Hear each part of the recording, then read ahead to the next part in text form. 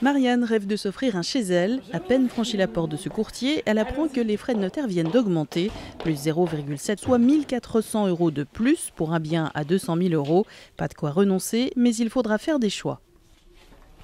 C'est une somme qui ne sera pas mise dans du mobilier, puisque c'est vrai que quand on s'installe, on veut acheter du mobilier, ou enfin, voilà, dans des matériaux de cuisine, ou c'est ce genre de choses. Il faudra freiner les dépenses ailleurs, du coup. À l'origine de cette hausse, la baisse du volume de vente qui a entraîné un manque à gagner pour les départements. Leur budget fonctionne en fonction du nombre de mutations.